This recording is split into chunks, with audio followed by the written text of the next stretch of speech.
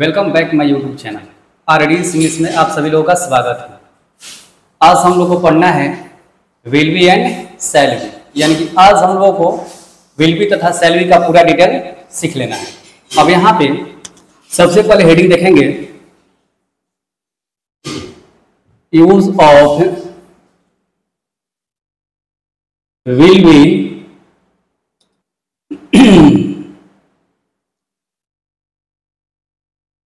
Shall be.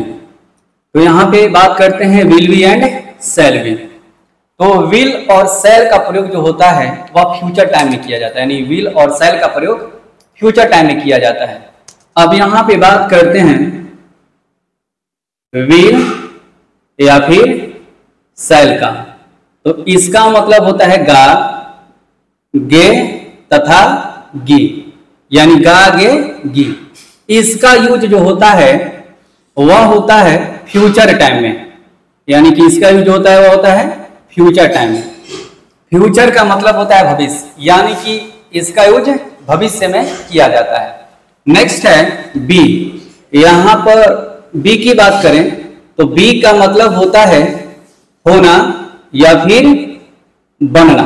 जब वाक्य में होने या बनने की बात करेगा फ्यूचर टाइम में, जैसे मैं एक डॉक्टर बनूंगा, वह एक इंजीनियर बनेगा, वह एक नेता बनेगा, सीता एक गायिका बनेगी, रमेश एक इंजीनियर बनेगा, तो उस कंडीशन में विल बी तथा शैल बी का प्रयोग किया जाता है। अब यहाँ पे विल बी तथा शैल बी की बात करते हैं तो इसको बोला जाता है एच बी। एच बी का मतलब होता है हेल्पिंग वर्ब, यानी कि सहायक क्रिया। अब यहाँ पे बात किया जाए विल बी तथा शैल बी का, तो जब वाक्य में होगा, होगी, बनेगा या रहेगा तो उस कंडीशन में विल बी तथा शैल बी का प्रयोग किया जाता है। जैसे मैं एक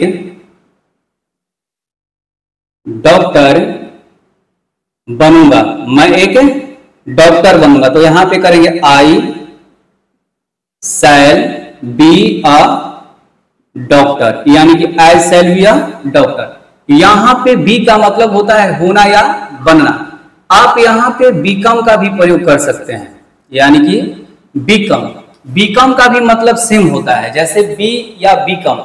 तो यहां पे हम बी का यूज करेंगे, बीकम का यूज नहीं करेंगे। कर सकते हैं, कोई दिक्कत नहीं है, लेकिन यहां पे बीकम थोड़ा सा लंबा हो जाता है, इसलिए हम यहां पर बीकम का प्रयोग नहीं करते हैं। बी क्योंकि अंग्रेजी में ज्यादातर शॉर्ट चलते हैं, जितने शॉर्ट होते हैं अंग्रेजी में ज्यादातर शॉर्ट इंग्लिश का यूज किया जाता है। अब आगे देखते हैं, जैसे राजू एक शिक्षक बनेगा, राजू एक शिक्षक बनेगा, तो करेंगे Raju will be a teacher. तो यहां पे बात करते हैं राजू एक शिक्षक बनेगा, यानी किस टाइम में बनेगा, तो फ्यूचर टाइम में बनेगा। तो जब फ्यूचर में कोई भी नाउन कुछ बनेगा या होगा तो उस कंडीशन में विल बी तथा शैल बी का प्रयोग किया जाता है। अब यहां पे Raju will be a teacher, Raju एक शिक्षक बनेगा। तो अब यहां पे इस तरह से हम विल तथा शैल का प्रयोग करते हैं। अब यहाँ पे इसका पूरा डिटेल देख लेते हैं, उसके बाद आपको पूरा कॉन्सेप्ट बता दिया जाएगा। अब यहाँ पे लिखा हुआ है कि to express situation, position, state, condition, information about somebody in something in future, यानी कि जब वाक्य के अंत में होगा, होगी या होगा, हो तथा फ्यूचर की बात की जाए तो उस सिचुएशन में विल बी तथा शैल बी का प्रयोग किया जाता है, यानी कि जब वाक्य के अंत में होगा, होगी या होगा की बात हो। जैसे अब यहां पे समझेंगे कि तुम एक नेता होगे या बनोगे, तुम एक नेता बनोगे, तुम एक नेता बनोगे, तो यहां पे सबसे पहले करेंगे you will be a leader, you will be a leader. तो जब वाक्य के अंत में होगा, होगी या होगा इत्यादि हो तथा फ्यूचर की बात की जाए तो उस कंडीशन में विल बी तथा शैल बी का प्रयोग किया जाता है। अब यहाँ पे थोड़ा समझेंगे कि किसके साथ विल बी तथा किसके साथ शैल बी का प्रयोग किया जाता है। यहाँ पे देखेंगे रूल नंबर पहला, यानी कि आई और बी, यानी कि आई और बी के साथ केवल शैल बी का प्रयोग किया जाता है, यानी कि आई और वी के साथ। जैसे मैं तुम्हारा दोस्त बनूंगा, तो यहां पे सब्जेक्ट दिया गया है मैं, तो मैं का होता है आई के साथ और बी के साथ शैल बी का प्रयोग किया जाता है। आई शैल बी, मैं बनूंगा तुम्हारा दोस्त, तो यानी कि your friend. I shall be your friend, मैं तुम्हारा दोस्त बनूंगा। सेकंड है कि ही सी इट, यानी कि आई और वी को छोड़कर जितने सारे सब्जेक्ट हों, आई और वी को छोड़कर जितने सारे सब्जेक्ट हों उनके साथ विल बी का प्रयोग किया जाता है। यहां पे लिखा गया है कि he she it this that they, singular तथा प्लूरल सब्जेक्ट के साथ, यानी कि सिंगुलर तथा प्लूरल सब्जेक्ट के साथ विल बी का प्रयोग किया जाता है। एग्जाम्पल दिया गया है वह मेरी दोस्त होगी, यानी कि वह, तो सबसे पहले करेंगे she will be. She will be का मतलब होता है वह होगी मेरी दोस्त, तो यहां पे माई फ्रेंड। माई जो है पजेसिव एडजेक्टिव है, माई यानी कि पजेसिव एडजेक्टिव कभी भी वाक्य में अकेले यूज नहीं किए जाते, ये हमेशा अपने साथ नाउन को लेकर ही आते हैं। अब यहाँ पे ये रूल हो गया नंबर 1 तथा 2, यानी कि आई बी के साथ केवल शैल का प्रयोग किया जाता है और जितने सारे इसको छोड़कर सब्जेक्ट होते हैं उनके साथ क्या बोलते हैं, विल बी का प्रयोग किया जाता है। अब आगे बताया था आपको, अगले वीडियो में बताया था कि एक सेंटेंस को 6 तरीके से बनाया जाता है। अब यहाँ पे एक एक रूल देख लिया जाए, यानी कि एक सेंटेंस को 6 तरीके से बनाया जाता है। अब किस तरह से बनाया जाता है उसको यहाँ पे पूरे डिटेल में देख लेते हैं। यहाँ पे देखेंगे सबसे पहला रूल, यानी कि अफर्मेटिव सेंटेंस या पॉजिटिव सेंटेंस या सिंपल सेंटेंस। सब्जेक्ट हो गया, उसके बाद विल तथा शैल सब्जेक्ट के अनुसार, प्लस में बी प्लस में ऑब्जेक्ट हो जाएगा। रूल नंबर सेकंड है निगेटिव सेंटेंस। निगेटिव सेंटेंस का मतलब होता है नकारात्मक वाक्य। सब्जेक्ट प्लस विल या शैल, सब्जेक्ट के अनुसार विल या शैल का यूज करेंगे। उसके बाद नॉट, यानी कि नॉट के बाद बी का प्रयोग किया जाता है। हमेशा याद रखिएगा कि हेल्पिंग वर्ब के बाद नॉट का प्रयोग किया जाता है निगेटिव सेंटेंस में। उसके बाद बी प्लस में ऑब्जेक्ट। रूल नंबर थर्ड है interrogative sentence.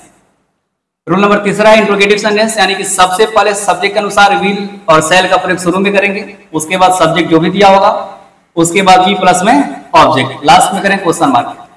Rule number 4 interrogative plus negative sentence, यानी क्या प्लस नहीं।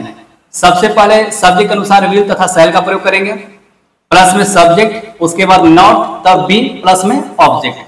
अब यहाँ पे रूल नंबर 5 देखते हैं, क्वेश्चन वर्ड इंट्रोगेटिव सेंटेंस। वाक्य में सबसे पहले क्वेश्चन वर्ड लिखा जाएगा, उसके बाद सब्जेक्ट के अनुसार विल या शैल, उसके बाद सब्जेक्ट जो भी दिया होगा, सब्जेक्ट बी प्लस में ऑब्जेक्ट। रूल नंबर 6 देखते हैं, question word interrogative plus negative sentence, यानी कि इसमें क्वेश्चन भी पूछेगा और मना भी करेगा। जैसे वह क्यों एक डॉक्टर नहीं बनेगा, तो इस टाइप का जब सवाल होगा तो इस स्ट्रक्चर का प्रयोग करेंगे। क्वेश्चन वर्ड जो भी दिया होगा, उसके बाद सब्जेक्ट के अनुसार विल तथा शैल, उसके बाद सब्जेक्ट नॉट, बी प्लस में ऑब्जेक्ट, यानी कि एक सेंटेंस को 6 तरीके से बनाया जाता है। ये पूरा रूल दिया गया है। अब यहाँ पे कुछ प्रैक्टिस देख लिया जाए। यहाँ पे 6 स्ट्रक्चर के अनुसार सेंटेंस दिया गया है। अब एक एक सेंटेंस को ट्रांसलेट करते हैं। पहला नंबर है वह एक गायिका होगी, ये अफर्मेटिव सेंटेंस है, तो सबसे पहले करेंगे यहाँ पे she will be a singer. She will be a singer, वह एक गायिका होगी। नेक्स्ट है तुम किसान नहीं होगे, तो you will not be a farmer, तुम किसान नहीं होगे, you will not be a farmer. Next है क्या भारत महान होगा, तो यहां पे करेंगे विल इंडिया बी ग्रेट? क्या भारत महान होगा? क्या वह बीमार नहीं होगी? तो यहां पे करेंगे will she not be ill? क्या वह बीमार नहीं होगी? नेक्स्ट है वह क्यों उदास होगी? तो क्यों का होता है वाई, उसके बाद वह है तो यहां पे यूज करेंगे विल सी बी सैड? वह क्यों उदास होगी? नेक्स्ट है तुम ईमानदार क्यों नहीं होगे? तो तुम, तो सबसे पहले करेंगे why will you not be honest? तो इस तरह से इस सेंटेंस को ट्रांसलेट किया जाता है। यदि वीडियो अच्छा लगे तो लाइक शेयर कमेंट करना ना भूलें।